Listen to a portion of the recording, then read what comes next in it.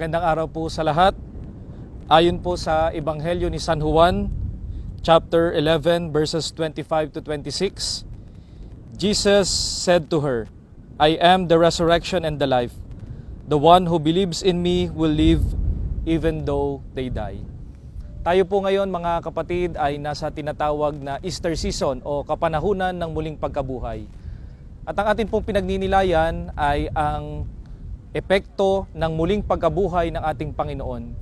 Natapos na po ang nakakalungkot na tagpo ng kanyang pagpapakasakit at pagkamatay.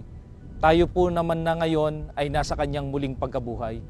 At bilang mga Kristiyano, magandang tanungin po natin, paano ba natin nararamdaman ang muling pagkabuhay ng ating Panginoon? Sa ating mga trabaho, paano po natin nakikita na ang Diyos ay tunay na muling nabuhay sa atin? Siguro isang maganda pong maging disposisyon natin sa buhay, sa kabila ng mga paghihirap, sa kabila ng mga lungkot, lagi po nating isipin na hindi nagtatapos ang bagay sa kalungkutan at kamatayan. Ang laging dulo po ng lahat ng mga bagay ay ang tagumpay. Na kung paanong si Jesus ay nagtagumpay sa kadiliman at kasamaan, tayo din po na nakikiisa sa Kanya ay magkakaroon din ng pagtatagumpay sa lahat ng ating mga problema sa buhay. Kaya sa Easter season na ito, tayo po ay manalangin.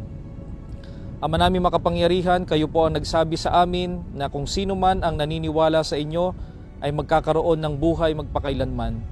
Sa amin pong mga pinagkakaabalahan sa buhay na ito, lagi po naming madama at lagi po naming isaisip na lahat ng aming mga karanasan ng kalungkutan ay may katapusan.